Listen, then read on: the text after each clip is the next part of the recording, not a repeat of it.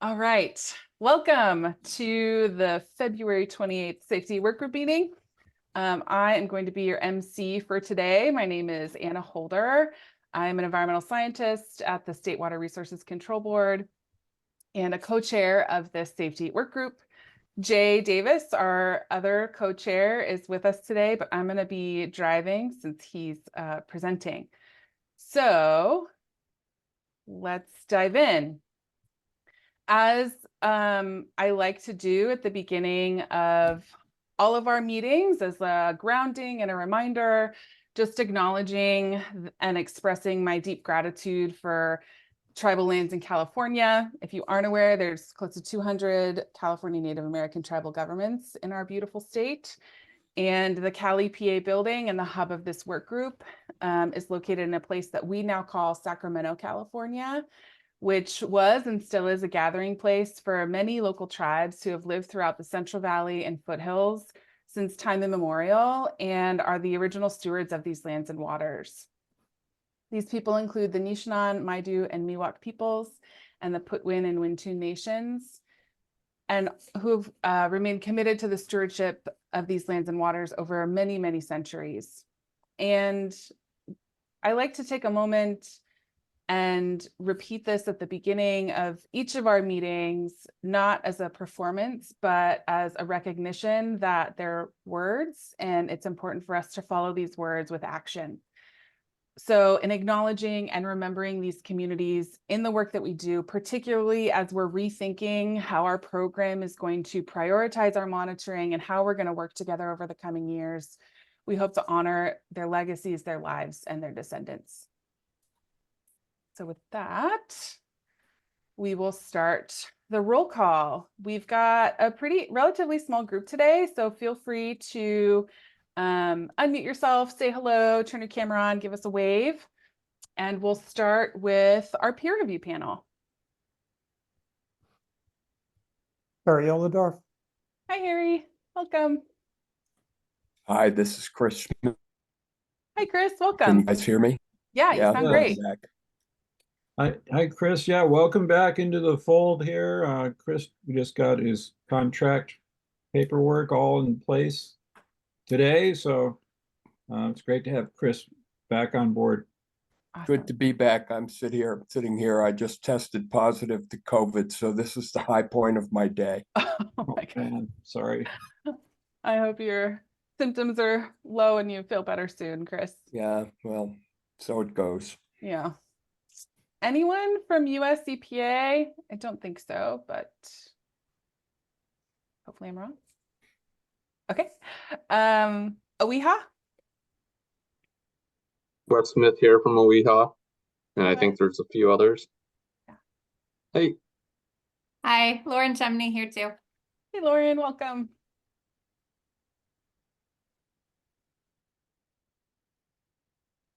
Okay. Moss Landing?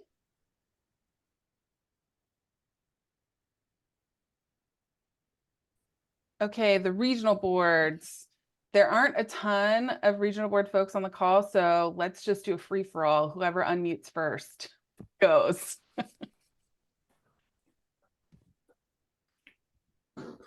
Gerardo Martinez, Region 2.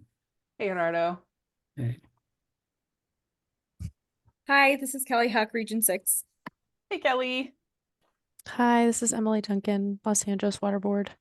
Hey, Emily. Lori Scrape from Region 6 is here also. You had your camera real quick. You were ready. Welcome, Lori. Anyone else from the regional boards that wants to say hello? Okay. State board folks? Me. Hi, I'm Elena Celia. I'm a new Sea Grant Fellow. Awesome. Hi, Elena. The Monitoring Council, I don't see Nick or Peter. Any California Native American tribal folks on the call with us today? Great. And we've y'all are rock stars at this. We've got Zwen from Biomonitoring California, Alex from, I don't know what that jargon giraffe, I don't know what NV5 means, so, but welcome. Kelly from Biomonitoring California, Tran from OEHA, Becky from CDPH, and DJ from NBC Aquatic Sciences. Awesome, welcome. And go ahead, Billy. I see it in your eyeballs. So I'm here. Great. No, and Autumn's trying to get on. I've been trying, for some reason she can't find her link. So hopefully she'll be on here in a second. It was a whole series of emails and it's kind of hard to find which one is the correct one. Yeah, no worries. I forwarded mine to her, so hopefully she'll be able to get in. Billy number 2, it'll be Autumn. Great. Yeah, exactly. Well, welcome everyone. Thanks for joining today. We've got a bunch of awesome speakers lined up for today. Zwen, Jay, Jamie, and Alvina are gonna share their kind of background and their recommendations for our monitoring based on their respective monitoring programs. So I'm really looking forward to those presentations. And I will be giving some presentations on behalf of the Delta RMP. I've spoken with representatives from the Delta RMP and have, just like I've done in past meetings, have some slides that they've approved. So I'll share that update with you. And Melissa from Region 3 was planning on joining, but something came up. So I'm going to be sharing the template that Melissa and team filled out. And so I'll share screen and we'll walk through that together. And if folks have questions, again, as usual, I'm not going to try and speak for the region, but we can capture them and share them with Melissa and she can circle back after the meeting. At the end, we'll have a break. And then at the end of our time today, we're going to have an open forum. So if you're from a tribal government, a community-based organization, or anyone else who hasn't had the opportunity to present about how you think we should monitor moving forward, and you want to give us some feedback, that's kind of an open time where anyone can share their thoughts with us. And then we'll wrap, hopefully on time or early. So with that, just to get us started, there are quite a few new faces. So this feels like a actually helpful item. The last couple of meetings, it's been repetitive. So if you're new to the stew or it's been a while, we are undergoing a long-term monitoring priorities assessment process. And today is the final series of presentations. We've been hearing feedback from regional board partners and others since around November of last year. So before we kick it off to the upcoming presenters, just a refresher so we're all on the same page. We're going through this process because our monitoring program has been rocking for many years. We're at a time in our planning where we're wrapping up all of our long-term, 10+ year monitoring plans, and we have an opportunity to pivot and think about how we want to continue monitoring moving forward. And so we invented this, this priorities assessment process really to solicit feedback, to hear from the other members of the bioaccumulation monitoring community or folks interested in the data and products that we generate, to figure out how we can prioritize moving forward with everyone's needs in mind. So by the end of this process, which is coming soon, I hope to have a better understanding of our long-term monitoring plan. So long-term, thinking in the next 5 to 10 years, long-term vision of how we're going to prioritize, how we're going to move forward. But really specifically, we want to make a plan for next year. 2024, we're getting ready to start our coastal monitoring and wrap that up, but we don't have a solidified plan for 2025, and we need to get everything submitted for permits and all the other good things. So we want to get that planned sooner rather than later. So I mentioned when we were going over the agenda, today we're going to be hearing from Biomonitoring California, the San Francisco Bay Regional Monitoring Program, or Bay RMP, the Southern California Bight Regional Monitoring Program, or Bight RMP, the Delta RMP, and then any tribes or community-based organizations that attend the Open Forum. Folks were given a template to use to kind of get the juices flowing. So presenters might share slides, they might share screen and share this template and walk through things, or they might just chat with us about their thoughts. All of those options are great and welcome. The template included, key contacts, any recent or anticipated monitoring, their wish lists. So if we had all of the money and people and time in the world, what do they wish we would monitor for? Anything that's a sticking point, a barrier to collaboration or monitoring or anything like that, and anything else that they want to share. So I mentioned we're wrapping up this long-term monitoring priorities process next month. I've actually was talking to Jay before folks started signing on. I've already begun to synthesize the feedback we've received thus far. And it's really compelling and interesting. So I will be giving a presentation on that, as well as the priorities that swamp management decides moving forward. So I'll give a presentation on that in March.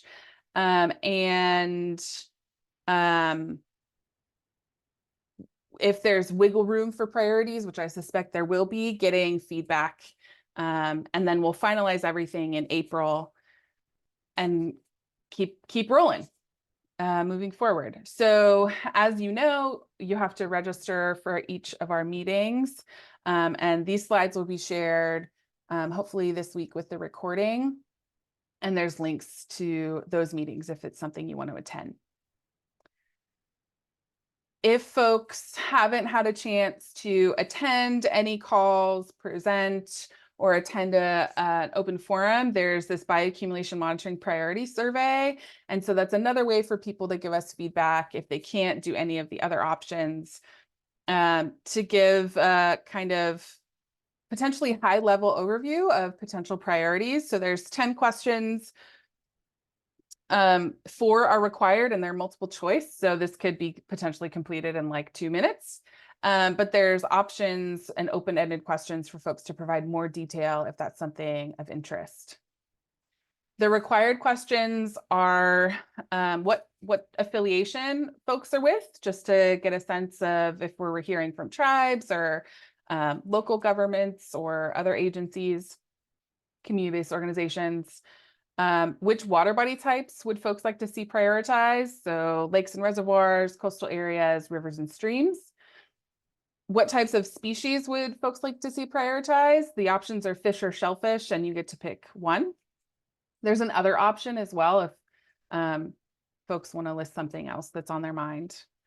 And then there's a list of pollutants and contaminants that we have talked about or monitored in the past, and folks get to choose their top 5 for what they'd like to see, how they'd like to see us analyze things that we select or catch moving forward.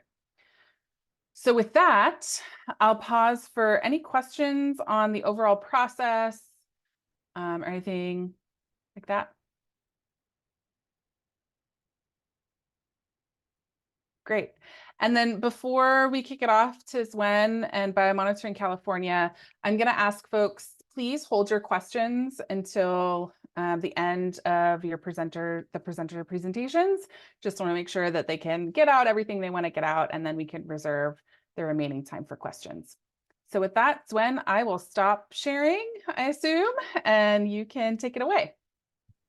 Thanks, Anna. Yeah, let me, oops. I cut out for myself. Can you hear me? Yeah, you sound good. Oh, okay, perfect. Thank you. Let me share my screen here.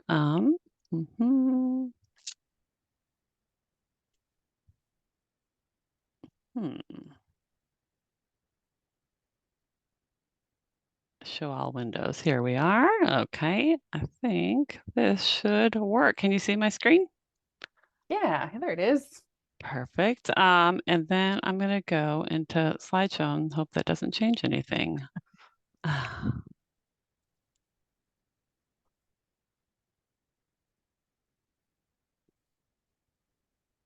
No?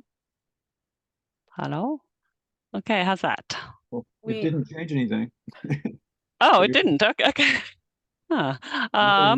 We're in slideshow mode. Great. So you can see my full screen. I cannot see you all. So if anyone raises their hand, we'll just have to wait to the end. All right. So, It's not in slideshow mode. oh, it's not. Yeah. Huh. Oh, okay. Thanks. Let's see. From the beginning. No? We're now- seeing your presenter view. So I think if you Oh, go okay. to I'll your swap. display Yeah. settings and Yep. swap it. Let me do that. Okay. Is it not? No. Sorry, I've got oh boy, everything's gone black now. Let's see here. Oh, it looks promising, Gwen. Yeah, my screens are completely black. There it There is. we go. Got Yeah? it.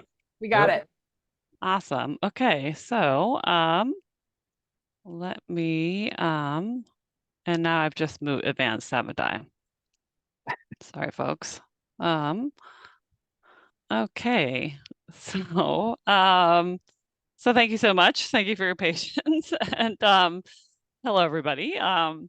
My name is Gwen Kaufman, and I use she, her pronouns, and I'm a health program specialist at Biomonitoring California, which is housed at the Environmental Health Investigations Branch, or EHIB, at the California Department of Public Health.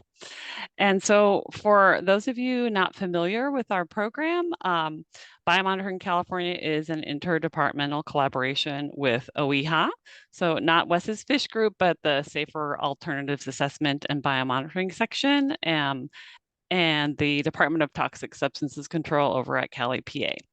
And I know our name sounds similar to the bioaccumulation monitoring program, but we do have a less complicated charge, which is to measure chemicals in Californian humans rather than fish, with our primary goals being to monitor levels and establish trends of specific environmental chemicals in a representative statewide sample, and to help assess the effectiveness of existing public health and environmental programs in reducing human chemical exposures.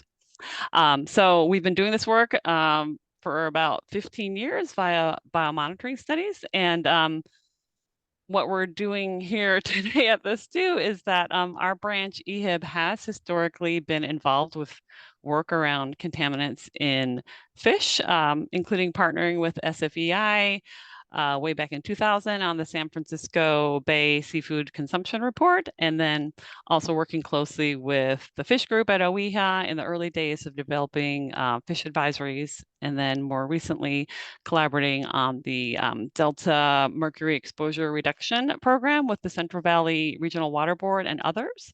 And though we don't currently have a specific group in EHIB that's working on contaminants in fish, Anna did reach out to us about a year ago to get acquainted with our program and our exposure assessment work, and to fill us in on all the amazing work that the Swamp and Stu have been doing, and just to see if there were, opportunities for collaboration or partnership.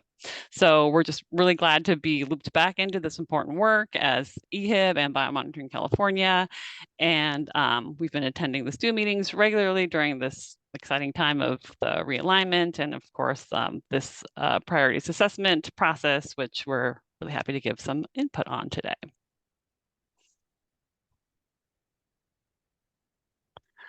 And so here's an overview of what I'll be talking about today. So just some background on a community-based study that Biomonitoring California conducted, the Asian Pacific Islander Community Exposures, or ACE project, which my colleague Kelly Chen, who is also here today, presented on at the October 18th STU meeting last year. So the slides and recording are all available online in the usual STU places that's so nicely organized by Anna, but I'll give a little refresher today about ACE. So some background and findings as they relate to our wish list for the bioaccumulation monitoring program, which spoiler alert, is similar to a lot of the feedback that's already been given by regional water boards and others at previous STU meetings, but just viewed through the lens and context of the ACE project. And so the ACE project grew out of findings from previous biomonitoring studies done by our program in California and others across the country that found higher levels of metals and some PFASs in Asian Americans. And as I mentioned, EHIB had worked for many years with community groups on messaging around safer fish consumption. And these groups were interested in these findings and in using biomonitoring as a way to show the potential impacts of fish and other dietary choices on chemical exposures in their communities. So there's also interest in biomonitoring specific Asian subpopulations, which had not previously been done in California, and then using these findings to inform our health education materials and tailored messaging for Asian communities who had been harder to reach with fish consumption advice. So that was the basis for ACE, and it was done in 2 phases, ACE 1 with Chinese Americans in 2016, and then a year later, ACE 2 with Vietnamese Americans. And just a brief overview of who participated in ACE. This is a lower income population, mostly immigrants, especially ACE 2, and 96% born outside of the US. And ACE participants lived about half of their lives in ACE 1 or less, or in ACE 2 in the US. And then they mostly spoke a language other than English at home. Oops. And for the study design, based on the previous study findings and community interest, we measured 4 metals: arsenic, cadmium, lead, and mercury, and 32 PFASs.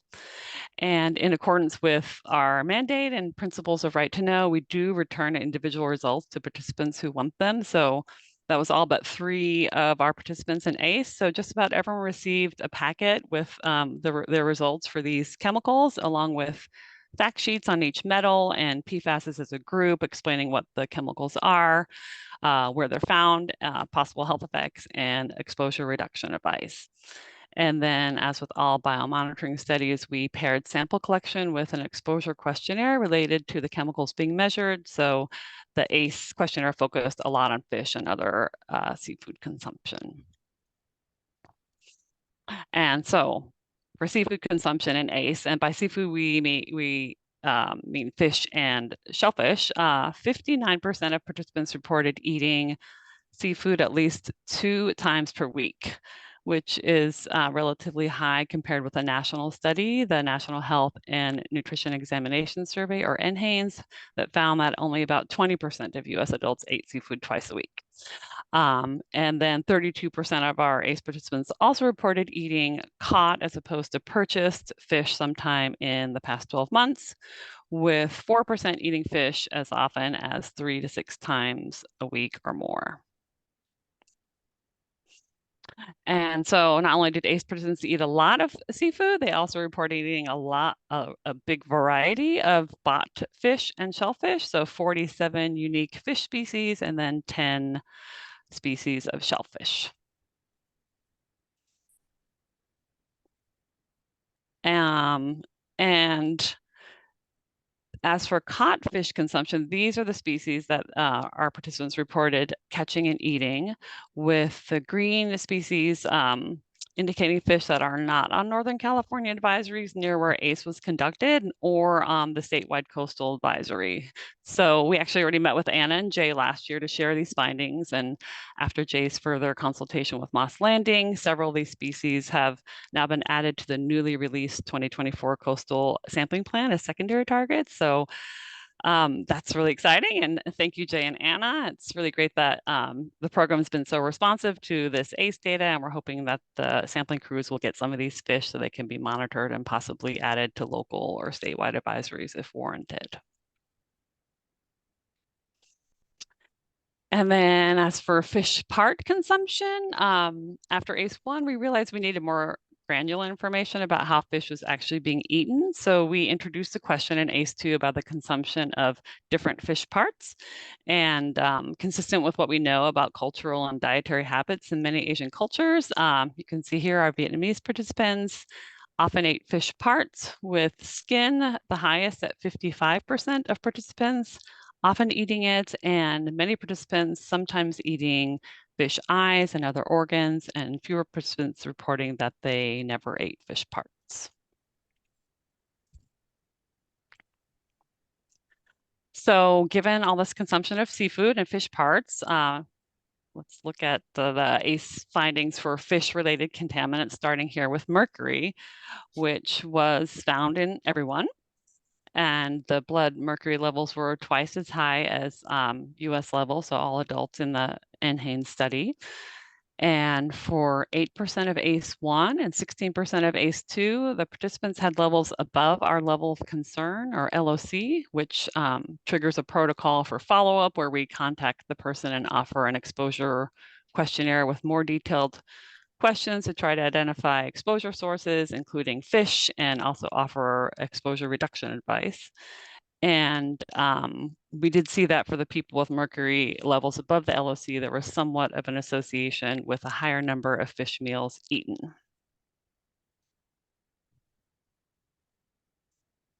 And moving on to PFAS levels, as with mercury, they were found in all of our participants, and the levels were generally higher than US levels, with nearly a quarter of ACE participants having PFAS levels in the highest risk category of the 2022 clinical guidelines for PFAS from NASEM, the National Academies of Science, Engineering, and Medicine. And you can see Kelly's talk for more details on that. And for the last two bullets, we did see that levels of these 5 PFASs increase with consumption of caught fish, and all those 5+ PFNA increased with consumption of fish parts. Okay, so this brings us to our first wish list item. But first, I would just like to echo what others have said and acknowledge that the Water Board's statewide and regional monitoring efforts have been really great in producing like robust data about the levels of mercury and other contaminants for the most commonly caught and consumed fish in California, which has been very helpful to our program and messaging around consumption of fish fillet, including in our chemical fact sheets where we list high and low contaminant fish and also refer folks to the OEHA fish advisories for more information. But since we know from ACE2 that fish parts are regularly consumed and that this is a dietary and cultural norm in many Asian communities in California, the first item on our wish list is for the bioaccumulation monitoring program to consider measuring mercury in paired fillet and whole fish samples and/or individual fish parts, so we can get a handle on how much more mercury these communities might be exposed to when they eat more than just the fillet. And with your limited budget, we realize it's a huge ask to measure paired samples and/or fish parts for all of the fish. So we would suggest maybe focusing on salmon first, which I know isn't being sampled right now. The fishery is super stressed, but when they are sampled again, maybe start with them. Since salmon is considered a low contaminant fish in our advisories and was highly consumed by ACE participants, but given that they are often eating non-fillet parts, it might not be such a low contaminant fish for them. So getting this more granular data could help us develop more nuanced and culturally appropriate messaging around consumption. And if we could get like a hierarchy of parts and, see if the head is less contaminated than the organs, or, of the organs, the swim bladder is okay to eat, or it's better than the liver. Because, right now we can just tell people, well, you're probably getting more exposed to mercury by eating fish eyeballs, but we don't really know how much. And if we could give specifics and say, hey, it's 10 times more mercury eating an eyeball, and maybe save those for, special occasions, and just having that kind of data would be really helpful to us as messengers.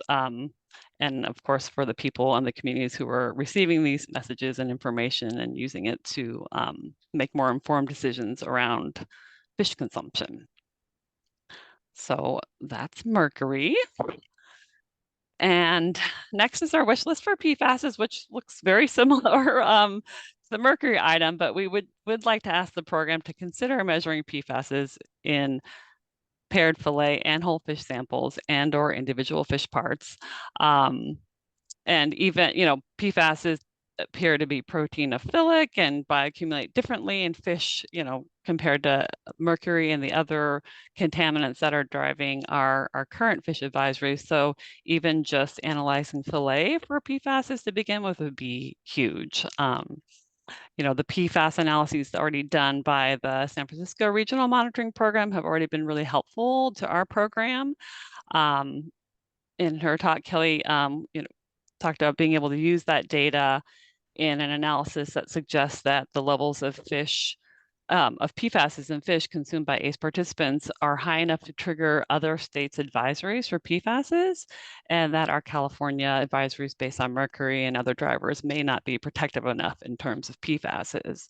So we just think it's critical to get more PFAS data to OEHA to evaluate for the interim advisory they've been considering, and also to inform and possibly update existing fish advisories with PFAS as an additional driver for consumption recommendations. And again, just recognizing the swamp's budget limitations. If you're able to slowly ramp up this effort, we'd recommend starting again with frequently consumed fish like salmon to see whether PFAS levels would affect its current status as a low contaminant fish. And then also bottom feeders like catfish, which were also highly consumed by ACE participants and may accumulate higher levels of PFAS because of their feeding habits. And then given how resource intensive it is to catch fish, maybe you could start with the samples that you already have in your archive freezers, following the SFRMP's lead, which could also be helpful as a baseline for time trends if you're able to monitor PFAS regularly going forward. And I know the Region 9 had mentioned, they were considering using their archive samples for PFAS monitoring. So we would encourage more of that if possible at local and statewide levels if there are already, archive samples on hand. And in case none of that is feasible right now or in the near term, we'd like to propose a plan B and ask you to consider archiving whole fish, heads, skin, and/or organs for future testing. So maybe store them now until you get more funding, or maybe until there's a better or cheaper option to run the analyses, particularly for PFAS, which we know are really expensive. And it might not be practical to archive whole fish since freezer space is probably limited and not free, but if you've already got the head, skin, and guts left over after filleting the fish for your standard analyses, it seems maybe worth hanging on to those bits for future analysis so we're able to compare, contaminants in the fillet versus the individual parts. But in general, an archive of whole fish set aside from ongoing sampling efforts would be a really valuable resource for you or possibly other groups with the funding and means to analyze them at a later date.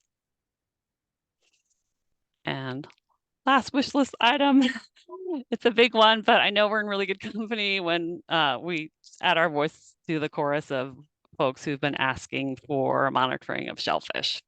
So crabs and other shellfish were highly consumed by ACE participants, and though it was reported as bot shellfish, that would include the very popular and possibly locally caught Dungeness crab, and potentially other California shellfish like spiny lobster, which I know Chad in Region 9 had mentioned has shown high enough levels of PFAS in some of their hotspots down in San Diego to trigger a New Hampshire PFAS fish advisory.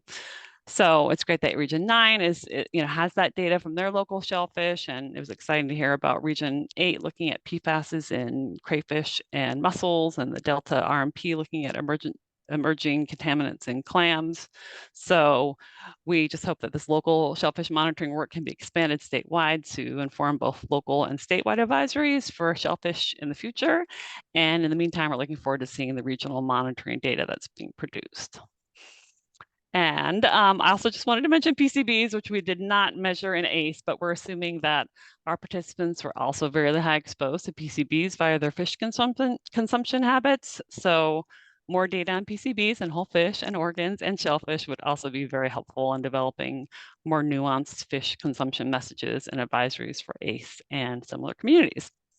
And so I realize it might sound like our wish list is just measure all the things and all the fish and shellfish all the time, but I hope it's been helpful to hear this from the perspective of a biomonitoring study among two groups of Asian Californians who are impacted by contaminants in fish.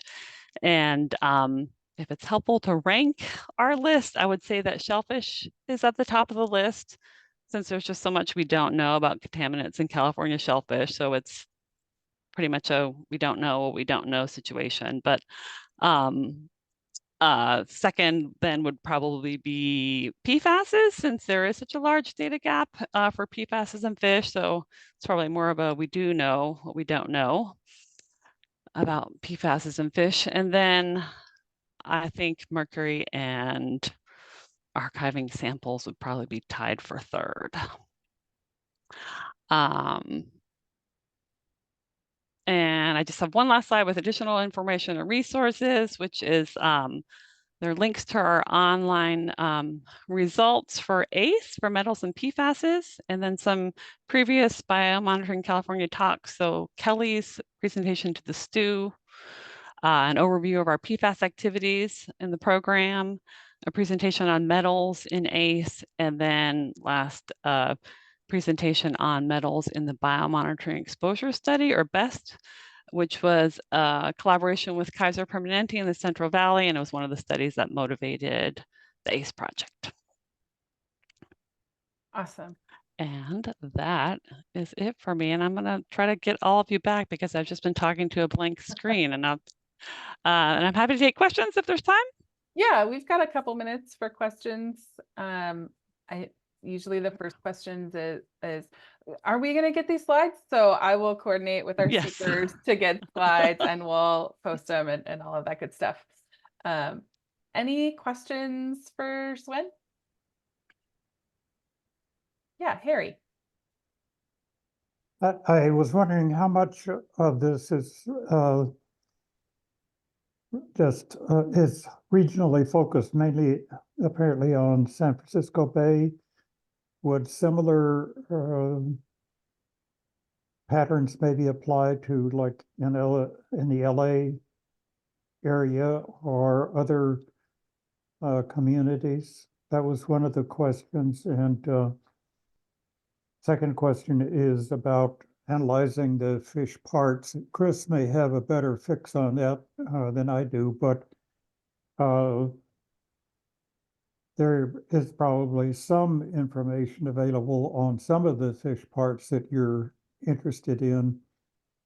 But I wondered about getting composite samples that might be a starting point for focusing on how much of an effort might go into analyzing fish parts for the mercury and PFAS. I would love to hear more about if there are already. Is Chris just unmute? Just unmuted myself, so Excellent. and you can keep me muted so you don't hear me coughing or anything. That's fine. But my thoughts while during the presentation was for mercury, I think a lot of that information is extant, and with a little homework, we could probably avoid the lion's share of the analytical issues associated with, once you take parts, a fillet and some other parts, you can't go back and do the whole fish, Right. Okay, so the whole idea of paired samples becomes, kind of moot. We have done it where we have, taken weighted parts and everything and put the fish back together algebraically after the fact. But I think for mercury, a lot of that is already pretty much known information. And the other thing about mercury is that that's probably the contaminant on your list that we know the most about. And one of the things we know is that because it binds preferentially to sulfhydryl groups, it accumulates to its highest concentrations and greatest risk in the muscle tissue, where the proportion of methyl mercury is also the greatest. So then when you go down that path of, well, let's look at some of these other parts, we have to not only look at what is the concentration, but how much of it is methyl mercury and how much of it is inorganic mercury, and how does that affect the risk equations and yada, yada, yada, yada. And having said all of that, when you switch over to the PFAS, you can pretty much throw all of that away and say, for everything we know about mercury, we know nothing about the PFAS. So that would open a whole new analytical research can of worms that I think would be a whole lot less tractable than just the mercury part of it. Even for shellfish, I'm not really, then with shellfish also, well, what part of the shellfish? The whole shellfish? Just the muscle, just the adductor muscle from bivalves, just, do we include the green glands of the decapods and yada, yada, yada. We really need to think about this, very objectively before before you would want to launch into a whole new research program, line of research investigating these kinds of questions. I don't know.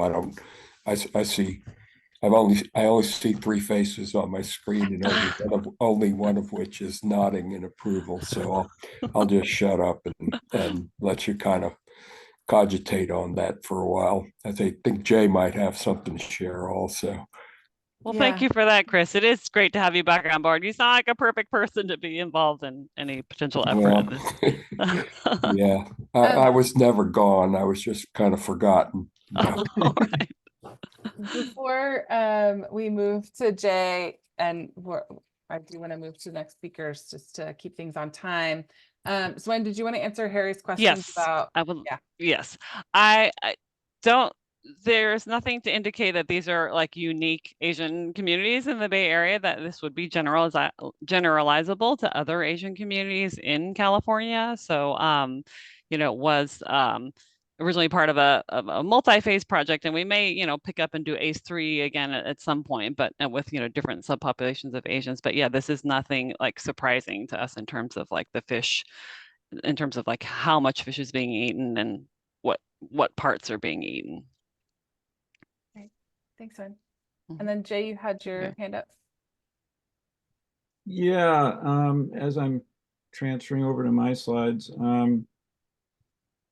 I was wondering if you've done some literature review that indicates that bottom feeders accumulate PFAS. And if you have anything like that, I'd be interested in checking out what you've pulled together, because we are in the process of planning a dive into our archives to do some PFAS analyses for the stew. So we need to make some selections of fish when we go in and do that. So if you have any information on that you can share, that would be great. We will do that. I'll consult with Kelly. I believe I first heard of that from you, actually. So I won't quote you back to you, but yes, we'll see what literature we've got and send that on. Thank you. Well, from what I've seen, they accumulate pretty much in all the species. I mean, I haven't done a thorough literature review, and I think I would like to do some more digging on that. But from what I've seen, you can have very high levels in black bass or bluegill or bottom feeders, but I haven't done a really thorough review. Okay, I will confer with Kelly and we'll get back to you. Okay. Thanks, Swen. Thanks. All right, Jay, take it away. All right. So on to the regional monitoring program. Okay, and I'm sharing my screen. You guys see that okay? It looks great. So with the regional monitoring program for the Bay, I think the question is, what can the RMP do for stew and swamp, rather than what can stew and swamp do for the RMP? For the older folks, that's a JFK reference. Because we've got a pretty thorough monitoring program in the Bay, and I'll give a very quick overview of it. As far as I can tell, it's one of the best programs anywhere in terms of how long it's been going and the breadth of the sampling that we do, the number of species, the number of contaminants. It began in 1994 and initially was done on a 3-year cycle. More recently, we're on a 5-year cycle. The most recent round was in 2019, but that means we're getting ready to go out and sample again this year. 2019, we had 13 locations that are shown on the map. Some of these were PCB focused. We've done some more detailed PCB work in support of the PCB TMDL for the Bay. So those are the dots in red, in addition to the standard status and trends RMP stations, the long-term stations that are in green. We did 16 species in 2019 and hundreds of samples. And we look at a lot of different contaminants, mercury, PCBs. This is the one place where dioxins are regularly monitored in California and for bioaccumulation. We look at selenium. We have been looking at PFAS and are ramping up into doing more thorough monitoring of PFAS. And we've also looked at PBDEs, and we're kind of ramping down on PBDEs because the levels in the Bay have been declining, and we've shown that pretty thoroughly, but we're just kind of making the kind of adding the last data points to the time series to show that. So in spite of all this work, there are still gaps, and the Bay is a big place, so 13 locations sounds like a lot relative to other programs, but it leaves a lot of places in the Bay unsampled, and including a lot of places that are of interest to groups that consume high amounts of fish. So communities, frontline communities, subsistence fishers. I think we know there are some places that are gaps that are of interest for groups that consume a lot of fish from the Bay. But I think this is a place where the realignment and the RMP can join forces and work to fill data gaps, and I'll talk more about that. So the RMP data support the advisory for the Bay. Most of the data that go into the Bay advisory come from the RMP, and the OEA has been able to include a lot of species in the advisory for the Bay, and we continue to work on filling data gaps so that more species can be added. We've got the most recent wish list from OEA, and so with this year's sampling, we're going to try to fill some more data gaps so that more species could be added to this poster. The objectives of the RMP monitoring are similar to the swamp bioaccumulation objectives, producing data needed for updating the human health advisories, tracking temporal trends, long-term trends, and we've got the time series to support that now in the Bay. We're continuing to build those, evaluating spatial patterns so that we can identify areas that are of higher or lower concern. And then we also, as something that we've looked at kind of sporadically over the years, is working to understand factors that influence contaminant accumulation. So a quick glimpse of our data set using mercury as an example. This shows all the 16 species that we monitored in 2019 and the number of samples. Mostly these are, well, actually for mercury, a lot of these are individual fish for striped bass and largemouth bass and sturgeon. For the other species, it's composite samples. And so you can see we've got pretty good sample size, especially when we're looking at those individual fish. And a lot of values are above the no consumption advisory tissue level from OEA in yellow, and the water quality objective in magenta. So definitely levels of concern, and mercury is a concern across California, but the contamination in the Bay is above average due to the mercury mining in combination with the legacy of gold mining, mercury washing into the Bay and being trapped.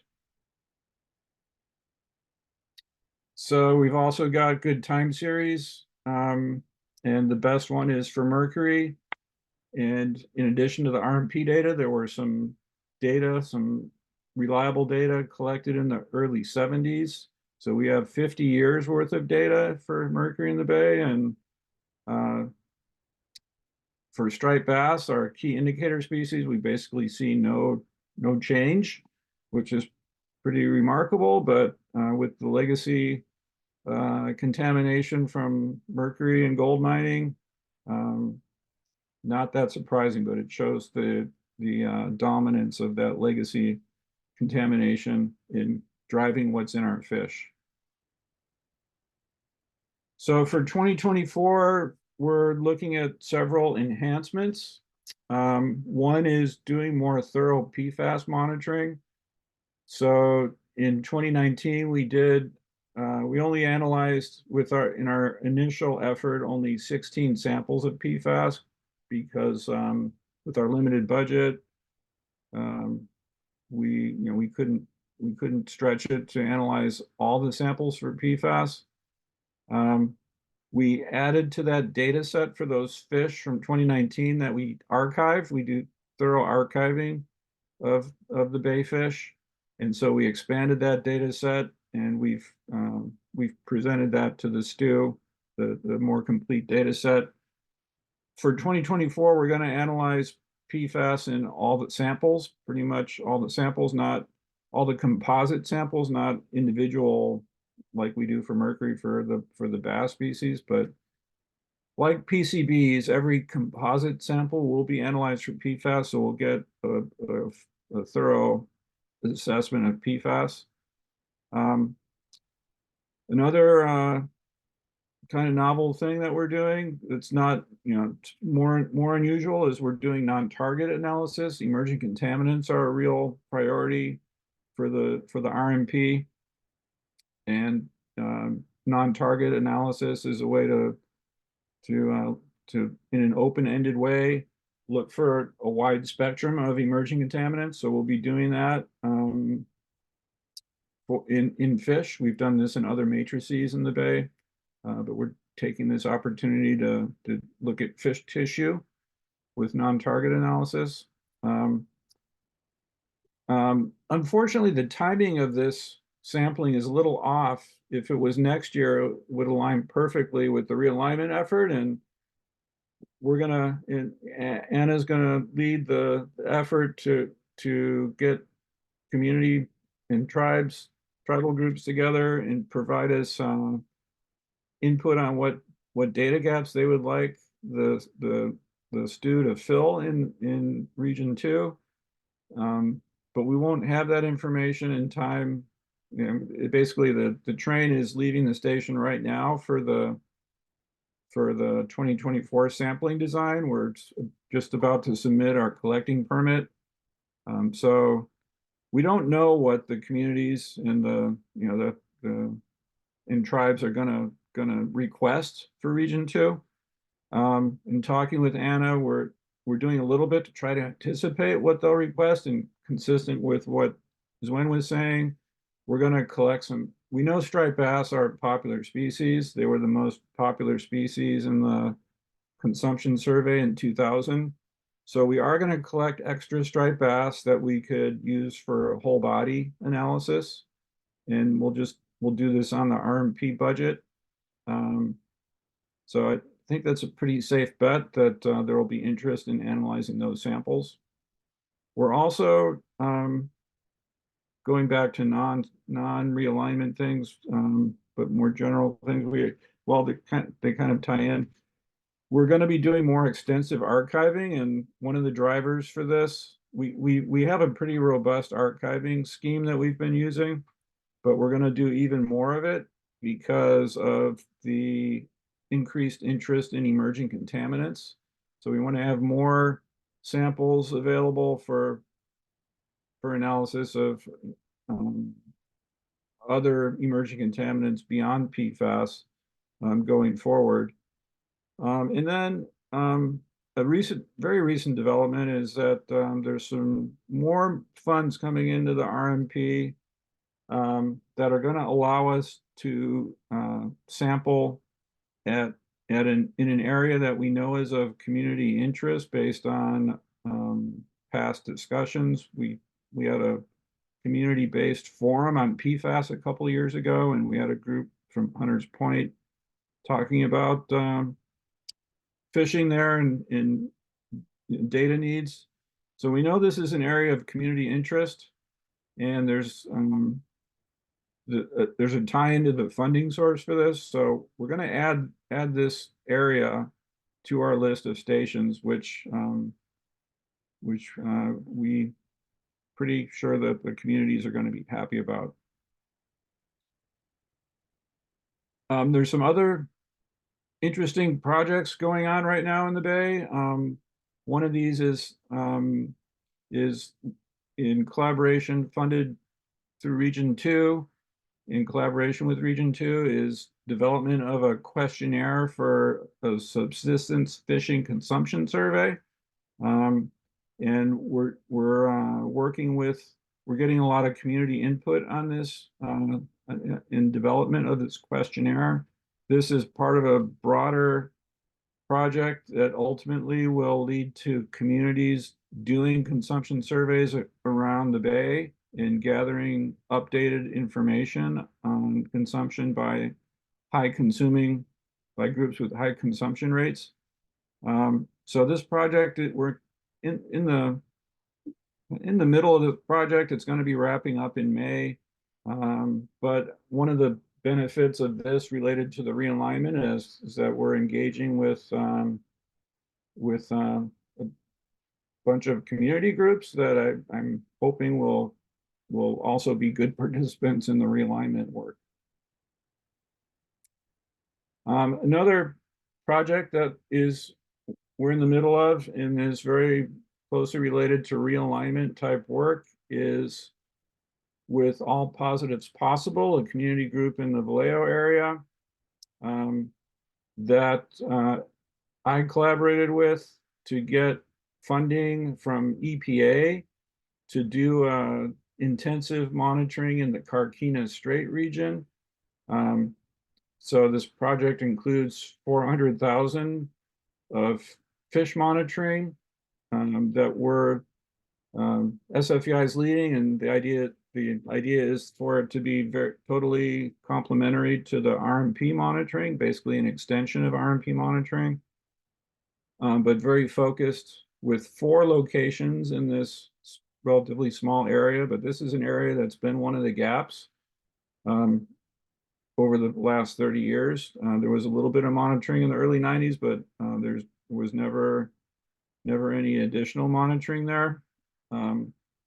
So we're collecting similar species there, looking at mercury, PCBs, and PFAS.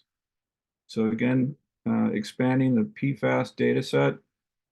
And there's another interesting element here is that we're doing the RMP style monitoring like we normally do with a contractor that's that is professional fish collectors going out and getting fish for us. But there's also a citizen science component where the community is collecting fish, and we've trained them in how to do that, and they've been out there fishing, so this is a kind of a new twist where there's a community in the Bay region where they're actually now established as being able to collect fish for this type of study. So the community is excited about that, and we think it's a neat, innovative aspect of this work. So this sampling has been happening since September. The community work actually is just wrapping up now, and we've gotten a lot of striped bass and sculpin, and some jack smelt and leopard shark. And then All Positives is also doing some consumption survey work as part of this project. So another example of realignment style monitoring where the community has identified these areas. We've picked the areas where they like to fish, and they're actually helping us collect the fish as well. And they've, we're sampling species that they've identified as being of interest to them. So I think another important thing to note about the RMP and about the Bay is there's currently a major increase in funding for work in the Bay. EPA is establishing a program office for San Francisco Bay. EPA has had program offices in other parts of the country for decades, like Chesapeake and the Great Lakes. And those regions have received a lot more EPA funding than the Bay has. The EPA has gotten $5 million a year for about the last 20 years. It's part of it's funded the Water Quality Improvement Fund for the Bay. But this year the funding is increasing to $54 million per year. It's ramped up over the last couple of years, and so in general, there's going to be a lot more funding floating around for work in the Bay. With that amount every year is what we're expecting, and fish monitoring is central to many of the topic water quality issues of concern, like PCBs is one of the EPA's priorities. PFAS is another one of EPA's priorities. So I think in the RMP is one of EPA's priorities. So basically, we're expecting the budget for the RMP to double in the next few years. So we'll be able to do more of everything, including fish monitoring. So I think one of the outcomes that we can anticipate is that we'll go through our realignment process and find out places and species, tissues that are of interest to communities around the Bay and establish some new monitoring locations.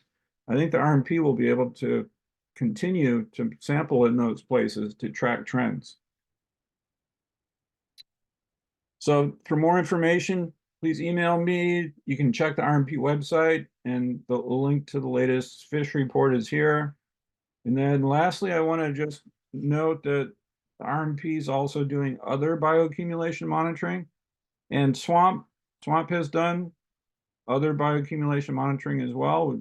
We've done prey fish monitoring across the state as part of our lakes monitoring in more recent years. We're doing that in the Bay as well.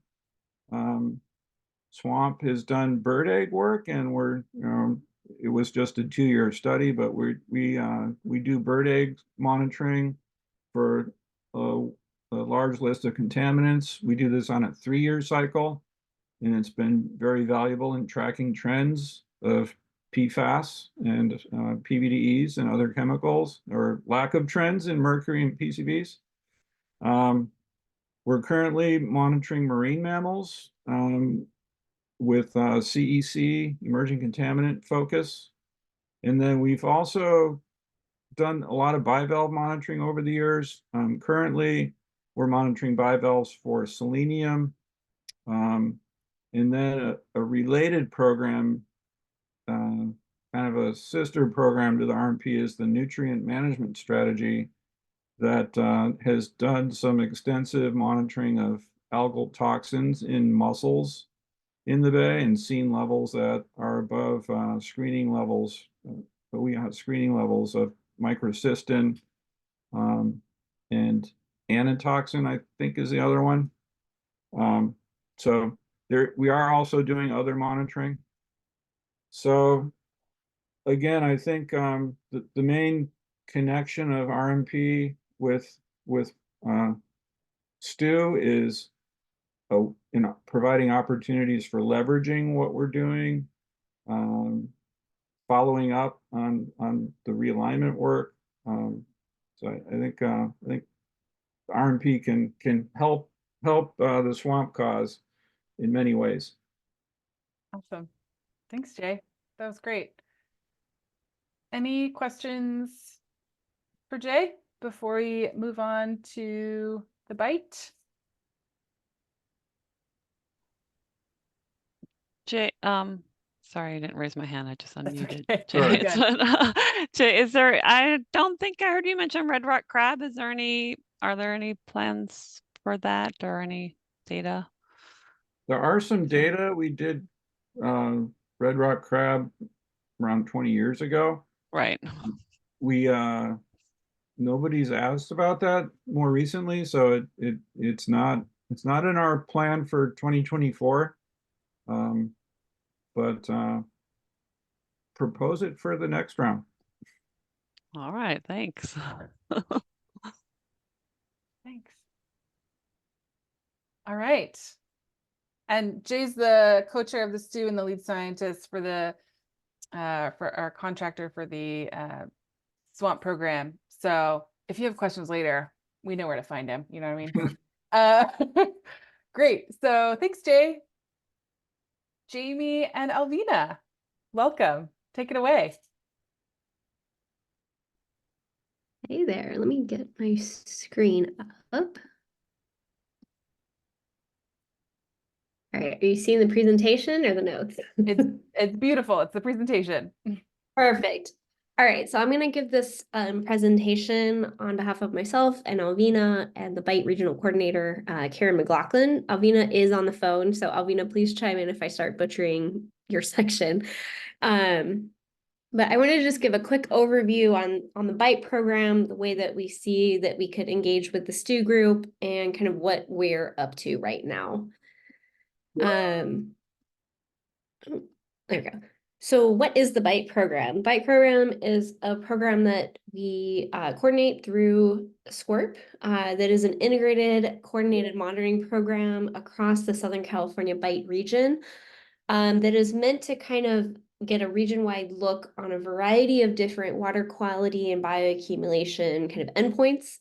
And it's really focused around current management needs, particularly those of our member agencies.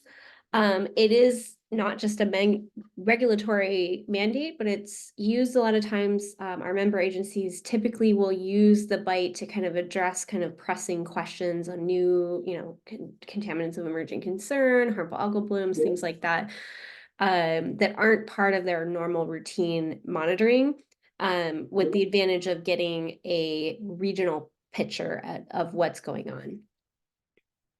And so this program has been ongoing since 1994. So we're in our 2023 cycle. We do a big regional monitoring effort every 5 years. So we're kicking off / have completed some of the Bight 2023 work that I'm going to tell you about. So this is just, again, for some reference points, the Southern California Bight region and the variety of different environments that we have here that can impact water quality and bioaccumulation and a variety of other kind of environmental factors. And as I mentioned, we try to encourage participation across all sectors. So this is from our kind of participants list this year across the variety of different Bight elements. And so, of course, we have our member agencies, but there's a variety of academic and NGO and consultant laboratories that also participate, in addition to state and federal government partners. And so this is where, we would invite anyone in the STU that isn't, many of you are already involved in Bight, but any that are interested, we have a collaborative planning process that starts, over a year before the program initiates. And honestly, we would invite participation at any point. So if any of these elements are interesting to you, and you would like to be part of kind of the review team and the guidance committees, we're happy to have you be involved, and please reach out for that. So for Bight 2023, what are we up to? So we have 7 different elements. We have our flagship work with sediment quality. That's been our longest going survey. We also have some water quality work looking at largely focusing on ocean acidification and hypoxia, harmful algal blooms, microbiology, trash and microplastics, estuary assessment, and submerged aquatic vegetation.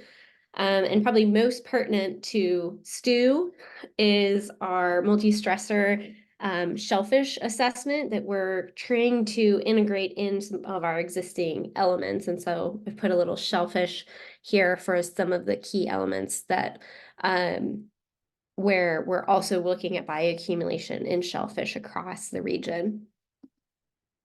So we have a regional shellfish assessment that we've planned. And so essentially we're looking at multiple indicators that were identified as priority by our Bight participants, so that broad kind of group that I showed you a couple of slides ago, looking at a range of contaminants, pathogens, microplastics, and HAB toxins. And we're doing that at 30 different kind of land-sea interface locations across the Bight region. And so here's our map of study regions. And so we're targeting 2 different species because we kind of have a variety of environments. They're not the same species is not present across the entire Bight. So we're taking a combination of mussels and oysters with a focus on the Gygus oysters and either Californianus or Galloprovincialis, or sometimes they hybridize. So it's kind of hard to tell them apart in the field across these regions. And then we're conducting sampling across 3 different periods. So we have just kind of been in the process now of doing our wet winter sampling, and we've been blessed with rain this year during our actual wet season, which is rare for when you try to do a wet weather study. And then we will do a spring series of observations and then collect mussels and or oysters in the summer. And so I'll just kind of walk you through a little bit of a couple of the different elements in a bit more detail. So our trash and microplastics assessment through Bight has been longstanding, particularly for the macro debris. There's trash surveys that go back to our initial survey in 1994. There's also kind of more inland trash surveys that have been going for several Bight cycles now. But microplastics is our newest element to Bight. And so the microplastics work has been very exciting, and we almost, the previous Bight cycle, there was interest in including it, but we've, had to let the methodology catch up essentially to the interest in this topic. But for our microplastic survey, we're essentially going to look at the extent and magnitude of microplastic contamination in those shellfish taxa that I described at 28 of the locations where we know there's middleists, so not all the locations have the mussels. There will also be some microplastic sampling that's actually happening in benthic sediments as well. And we're happy to talk about that, but I kind of kept this focus on the shellfish study. And the work will focus on documenting the microplastic size, shape, and color, and there will be some length assessment for a subset of samples. And so with this microplastics element, we're excited to kind of validate some of the field collection and analytical methods that have been, discussed for several years now and workshopped through SCORP and the collaborative kind of microplastics work group. And then our hope is that we get a good idea of microplastic occurrence in shellfish across the region with an idea of size and shape distribution.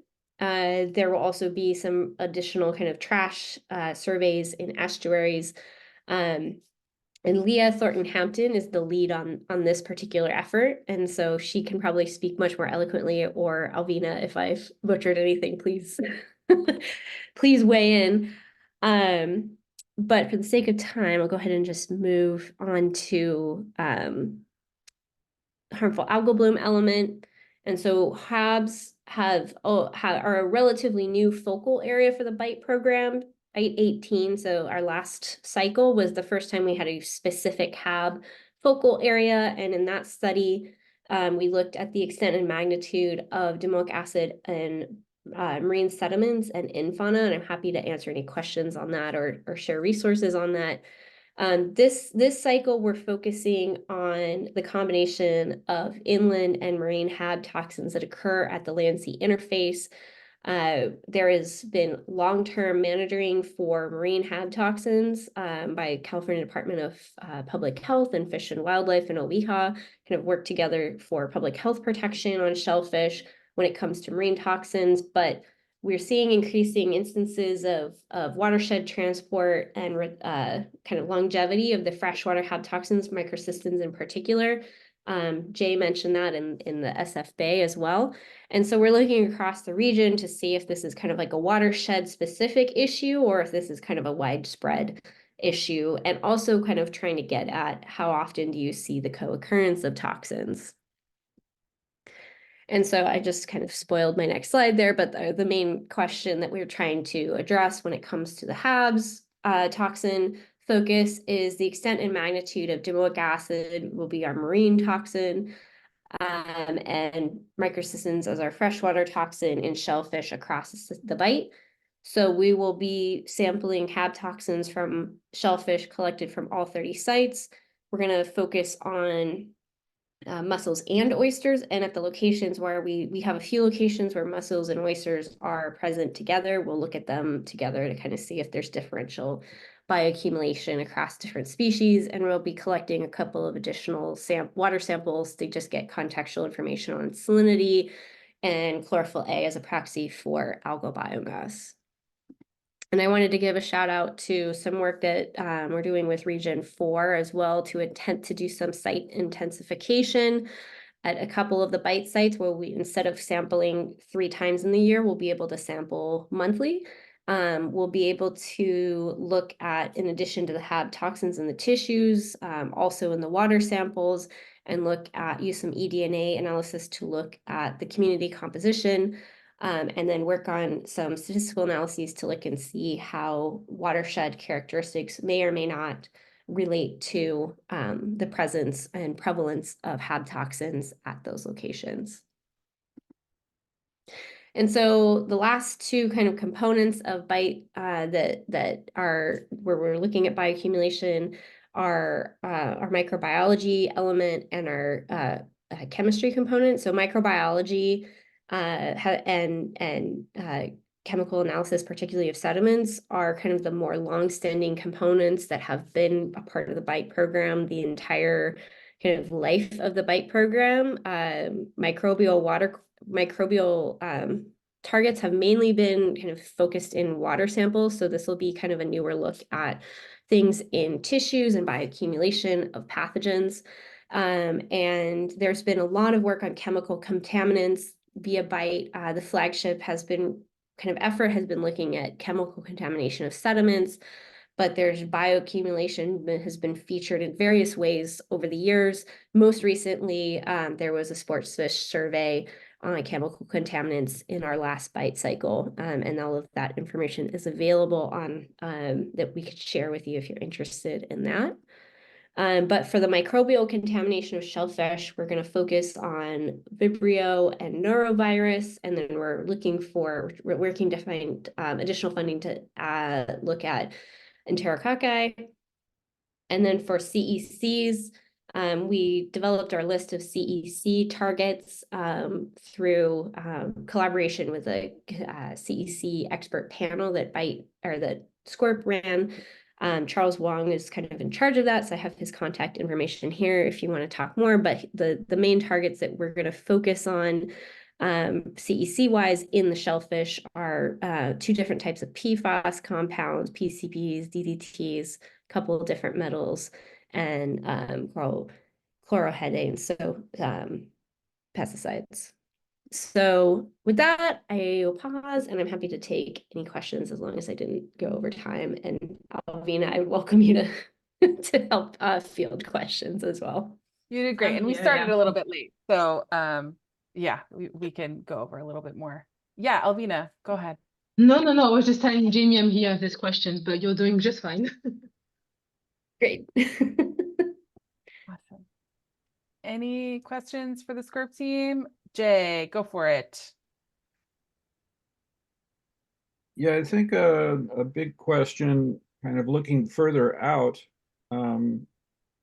SWAMP has partnered with the Bight program on sport fish monitoring in 2008 and then 2018. And as we put our long-term plan together, should we plan on doing that again in 2028?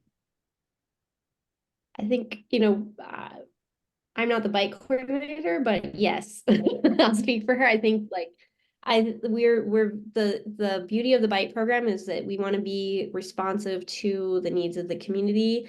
And so I think the plan is that will be a focal point, at least every 10 years. So I think that if those are the priority, if fish targets are a priority, that is definitely something that should be, and we would invite you to kind of start putting that earworm in now for the next Bight planning cycle.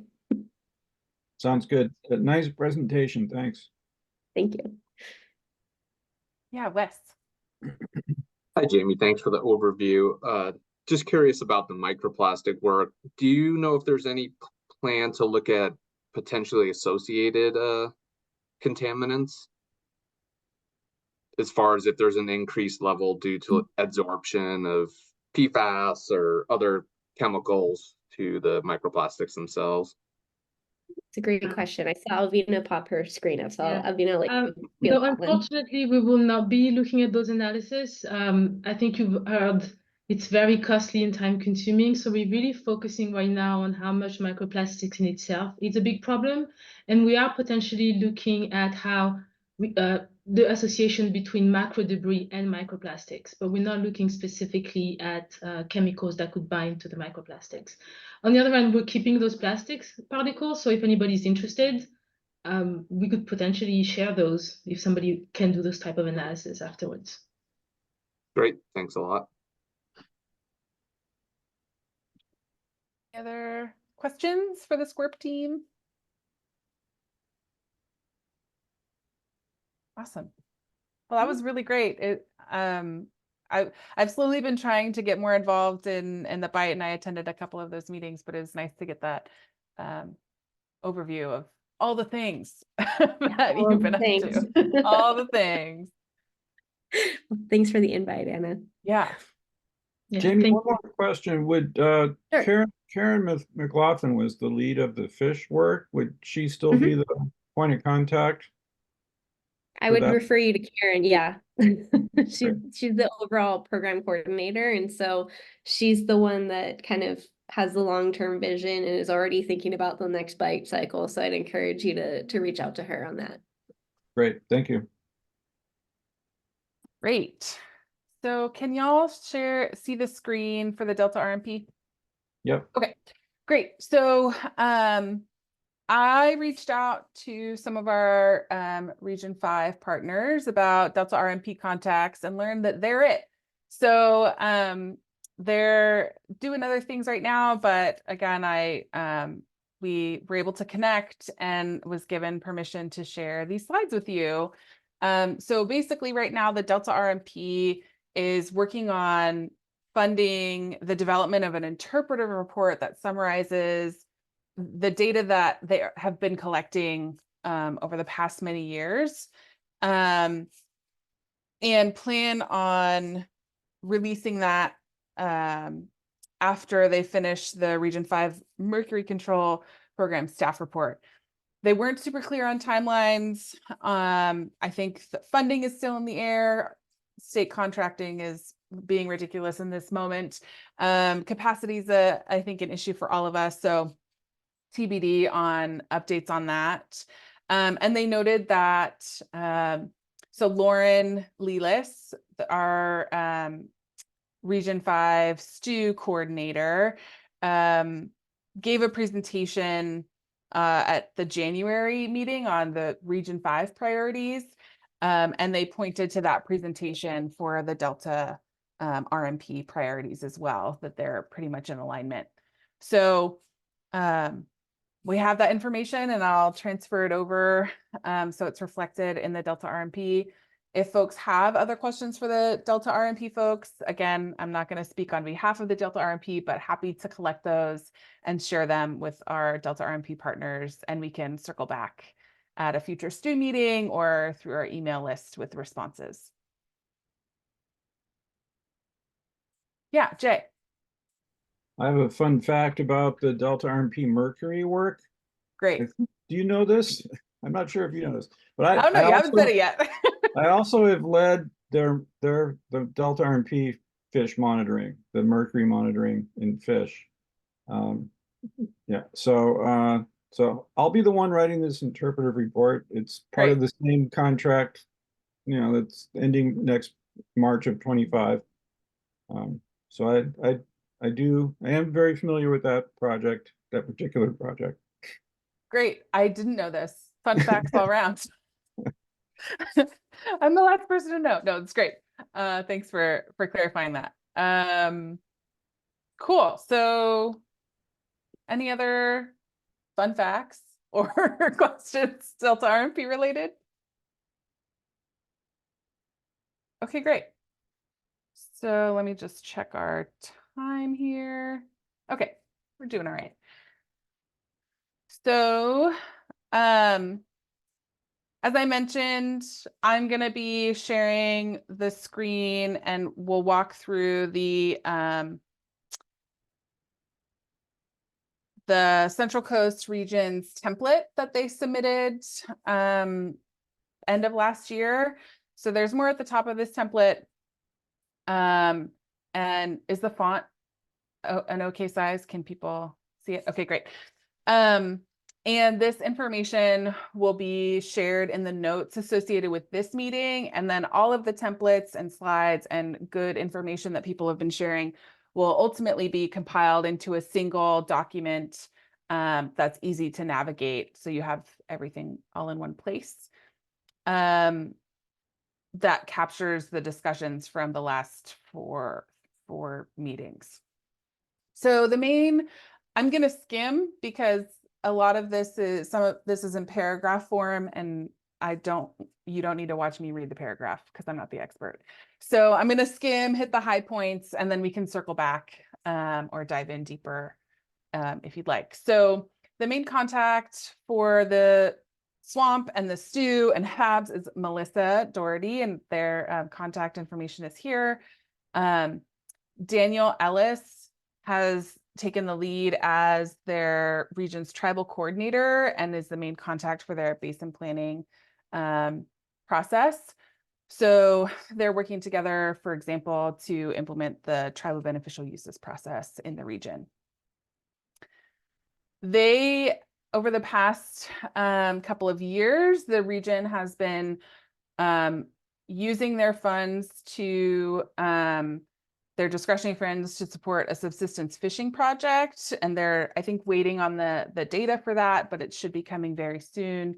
And to augment our statewide surveys as that makes sense for their coast. Here's text with more detail about the subsistence fishing project with the purpose and the background.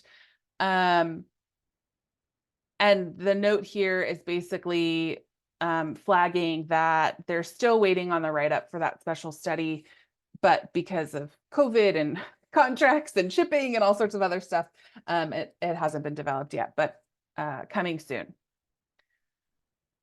The priorities for the Central Coast region are coming from their triennial review process that happened about 3 years in 2021. They're going to start their next triennial review later this year. And so their focus is to clarify the beneficial uses for certain water bodies, clarify or establish turbidity water quality objectives for aquatic life, and update their regional basin plan with statewide objectives from the state board. Although it's not listed here, they are also working on designating tribal beneficial uses in the region.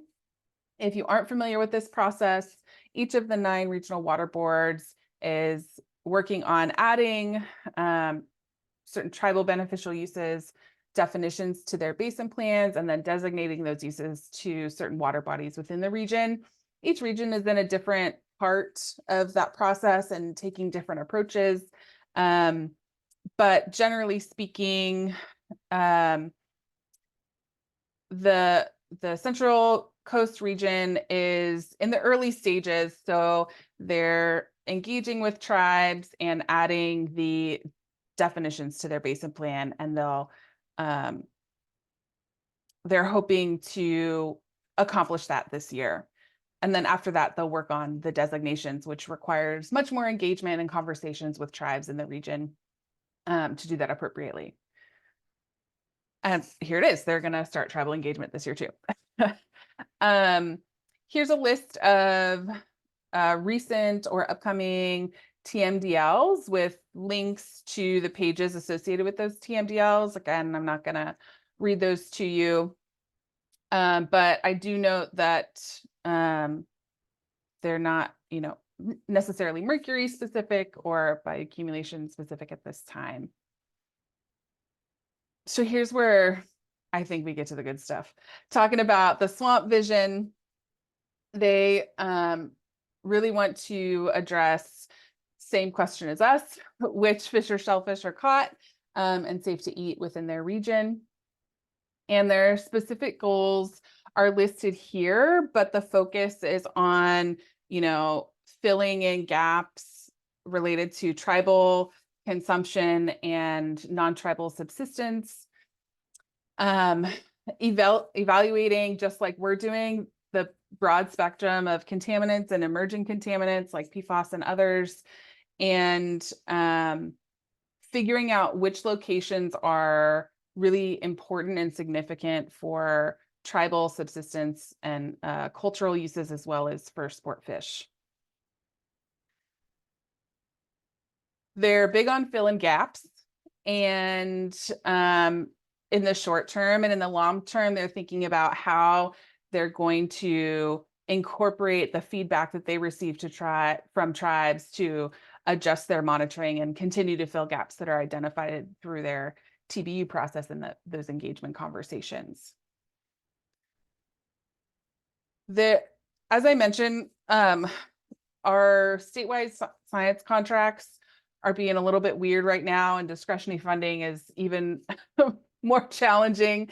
So it's been really difficult for regions to plan far out for very good reason. So there's nothing anticipated related to bioaccumulation monitoring for the coming years. But there is a note here that there is interest in utilizing the regional swamp funds or discretionary funds to complement statewide work when it makes sense in that region. So this is something that used to happen a lot, and hopefully it happens more in the future. But we'll put together our statewide plan, and then the region will say, hey, we want in on this, we'll do this part, or we'll pay for that part, which helps make our collective dollars go a little bit farther. So we're looking forward to that partnership in the region too. Their wish list, I feel like, Sven, this is similar to your kind of flag at the beginning of your conversation. It really aligns and is reflective of conversations we've been having over the past year. And it's, these wish list items are not unique to this region, but it's good to see all of the regions having the same needs. That's helpful for us. So filling data and information gaps related to subsistence or tribal subsistence, understanding more about fish consumption, so where people are fishing and then consuming the fish they catch, what type of things they're collecting, things like that. There's also interest in understanding differences in habitat types and how different habitats have different, bioaccumulation impacts potentially or risk. Here it is, the list of CECs of interest. So cyanotoxins, microplastics, PFAS, the et cetera for me means there are others, but they're not on the list right now, but those are their top 3 priorities. There's interest in getting more understanding of trophic level impacts, so prey fish versus other fish. And then Also really important that, again, many other regions have flagged is filling the data and information gaps that are identified by OEHA when it comes to, we only need a little bit more data to write this advisory or do this thing. And then a similar idea for our integrated report team, which OEHA gave a presentation in January, and the integrated report team did as well. And so those recommendations are going to be captured in our bigger process. And then the last two bullets, understanding the project effectiveness where restoration or grants have been applied, and understanding the impacts of fire and other natural disasters on bioaccumulation. This last paragraph here is really important to me. It flags that coasts and lakes are really important. And similar to what we've heard before, we want to do all the things in all the places, but we don't have money for that. So there's also support for rivers and streams when our budget can support that. And again, sticking points, the same thing that we've been hearing. I actually am putting, as I mentioned, I'm synthesizing, and I kind of am doing a high level summary of how many people said, how many regions said funding was an issue or staff was an issue. And all except for one region that didn't provide this specific feedback said that funding was an issue. So shock and awe. I know we're all so surprised by this. But yeah, funding, people, resources, and subject matter expertise have been a challenge for this region. And I think that's it. So I will be incorporating this into the synthesis, and again, sharing that in March, and we'll try and make hard decisions or recommendations together that I will then bring to my management to make the final decision on long-term priorities so we can get those plans in place. Any questions that I can share with Melissa, or if you want me to scroll back up to a certain other part of the template, you can do that.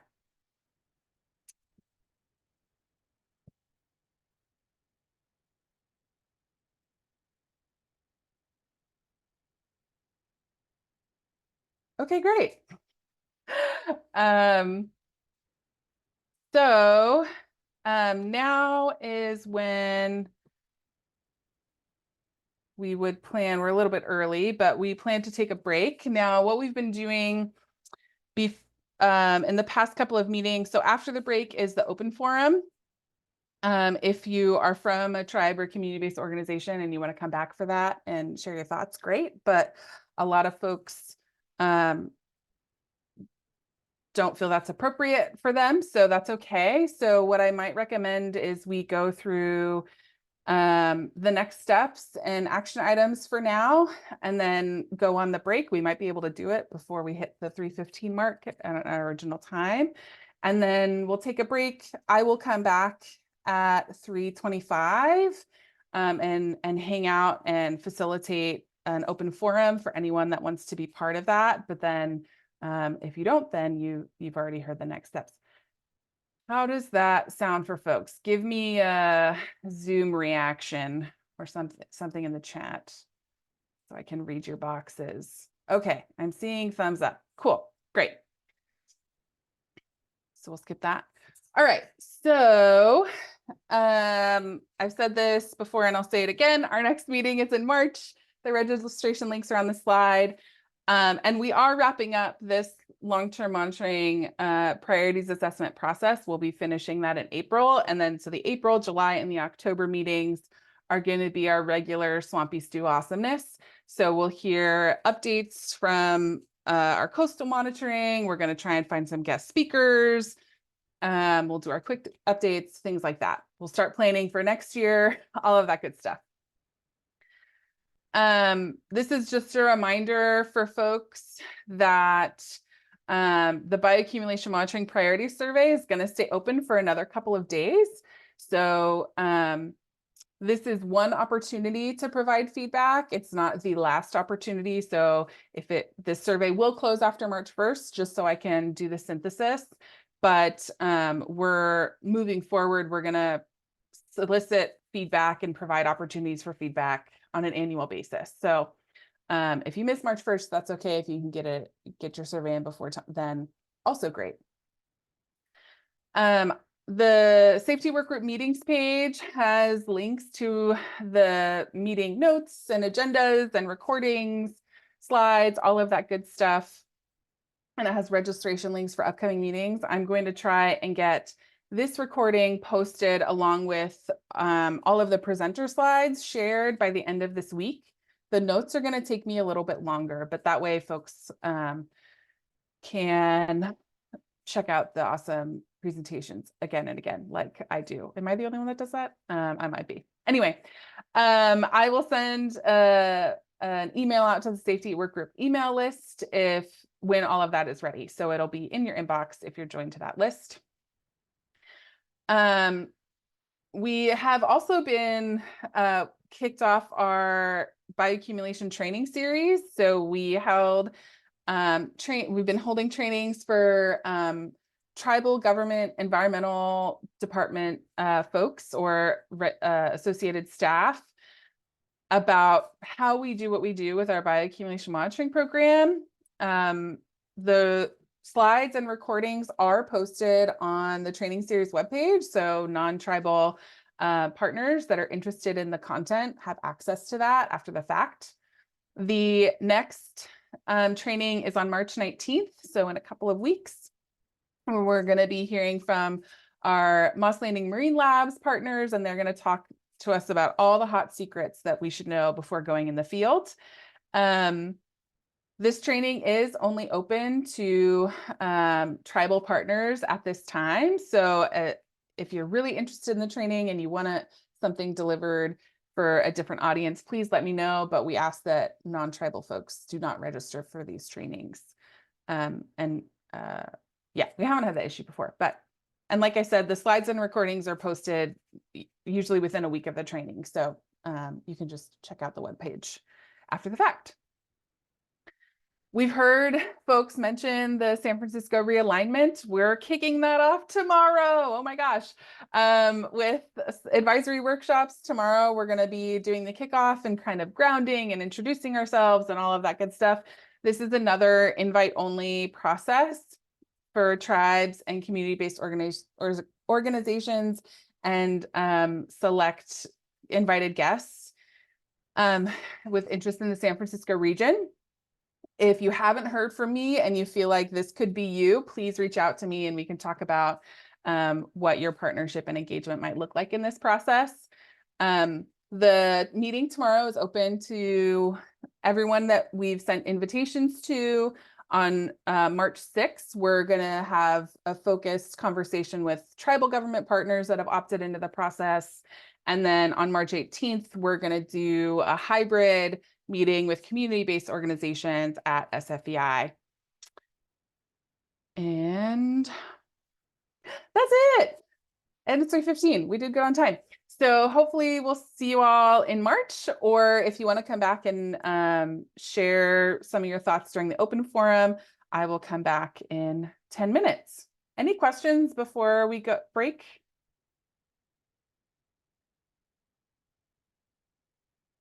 All right. Well, thanks, y'all.